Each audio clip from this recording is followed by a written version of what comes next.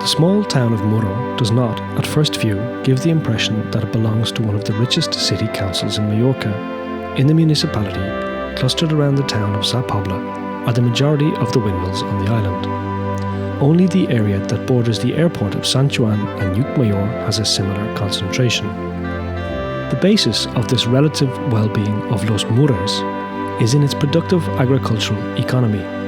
The Romans planted vineyards, cereal crops, and the wheat transported back to Rome was significant. Under Arab rule, the Alghabili, Muro was one of the 9 capitals of its provinces. The Arabs started the drainage and drying of the nearby marshes. Until today, the fertility of these fields, orchards and gardens allows a triple harvest each year. The profit from agricultural production at the end of each year meant that Muro, along with Soye, Manacor, Inca, Llucmajor, Poyensa and Valdemosa, was counted as amongst the most well-off towns in Majorca. Today, the problems of the Majorcan agricultural economy are also evident in the granaries of Majorca.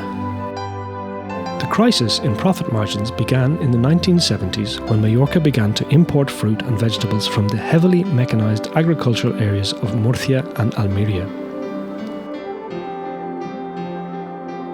The policies of the EEC, the European Union, accelerated the downward trend with larger operations benefiting, whilst medium and small-sized producers suffered.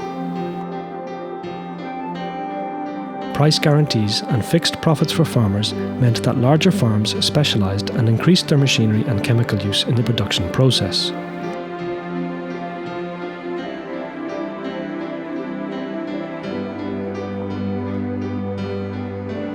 Something the smaller farmers could not do, and so they were forced to either abandon farming or search for secondary sources of income.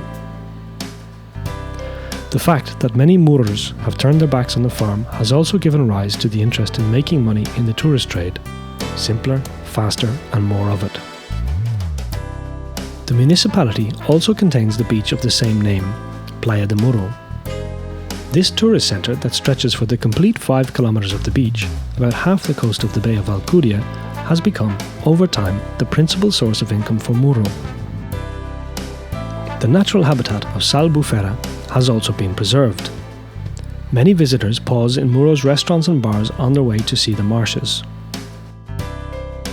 Dishes such as eel and other fish from the waters of the park are famous, served with distinct spices and delicious trimmings. Another industry in this area, the Mancomunitat de Nord, is the mining and cutting of sandstone. Papers in the city archives already document the existence of quarries in the 15th century. During the celebration of St. Anthony, celebrated the 17th of January every year, homage was paid to the stonecutters with the unveiling of a monument dedicated to their work. In the vast landscape of Muro's smooth hills there are 14 posesiones. The largest of these is Son Pereiravel. The most fantastic story it offers is without a doubt Son Geroni. Its builder, Guillermo Ballester, was taken in like an orphan by a philanthropic foundation. Here he learned to read and write, and after taking his exams he was accepted into university. He eventually became a professor at the capital's university. The style of construction of Son Geroni clearly shows Roman elements, its flat tile roof and its terrace. In the 4 corners of the balustrade are large statues symbolising the 4 seasons, each one of which separates the view to Muro. It is something that the owner of the possessio wished to express. The arrangement of the statues is fascinating. The town is dominated by its parochial church. The imposing building, dedicated to St. John the Baptist, was completed in its present form during the years 1570 to 1611. The bell tower and the nave with its heavy abutments, in the form of arches, demand respect and humility.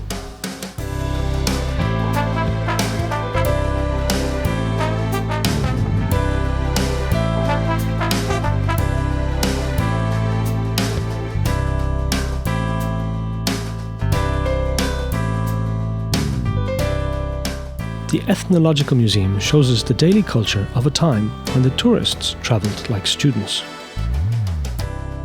It opened its doors in 1965 as the ethnological section of the Museum of Mallorca.